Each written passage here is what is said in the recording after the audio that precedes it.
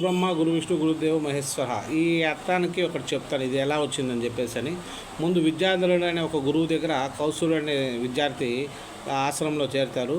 తనకి course complete అయ్యేటప్పటికి వాళ్ళ తల్లిదండ్రులు వచ్చి తీసుకొని పోవాలనుకున్నప్పుడు తల్లిదండ్రులు నేను ఇప్పుడే రాను, నేను ఎప్పుడు రావాలి అప్పుడు వస్తాను, మీరు వెళ్ళండి అని చెప్పగా వాళ్ళు వెళ్ళిపోయిన తర్వాత గురువు అడుగుతారు, ఎందుకు నువ్వు వెళ్ళలేదనేసి. అంటే అప్పుడు ఆ గురువుకి అంటారు, సార్ గురూజీ, నేను మీ జాతకం చూశాను, మీ జాతకంలో రాబోయే రోజుల్లో భయంకరమైన వ్యాధికి గురవుతారు, అప్పుడు ఎవరు మీకు ఉండరు, అందుకే మీ సేవకు నేను ఇక్కడే ఉండిపోతానని అనగా అది నిజమై కొద్ది నెలల తర్వాత అది నిజమై ఆయనకి భయంకరమైన క్షయవ్యాధి రావడము, చుట్టుపక్కల అందరూ ఆయన్ని వదిలేయడము, తోటి విద్యార్థులు అందరూ వదిలి వెళ్ళిపోవడంతో ఈ కౌసుడు గురువు యొక్క సేవలో మునిగిపోతారు.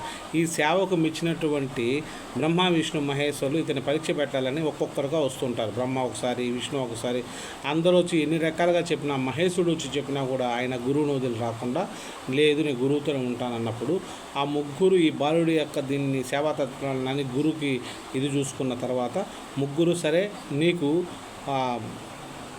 మోక్షం అనేది ఇస్తాము అనేసి అంటే, అయ్యా నేను ఇక్కడ సేవ చేసే అవకాశం కల్పించింది మా గురువు గారు, మీరు ప్రత్యక్షమే మీరు నాకు కనిపించింది కూడా మా గురువు గారు పుణ్యాన, కాబట్టి ఆ మోక్షం మీద మా గురువుకి ఇవ్వండి అనగా అప్పుడు ఆ ముగ్గురు తదాస్తు అని చెప్పేసి వెళ్తారు.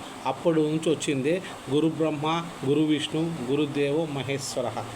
మన యొక్క పెద్దలు ప్రతి పద్యం వెనక ఏదో ఒక తాత్పర్యం, దాని వెనక ఏదో బలనీయమైన కారణాలు దానికి సంబంధించినటువంటి ఉంటుంది.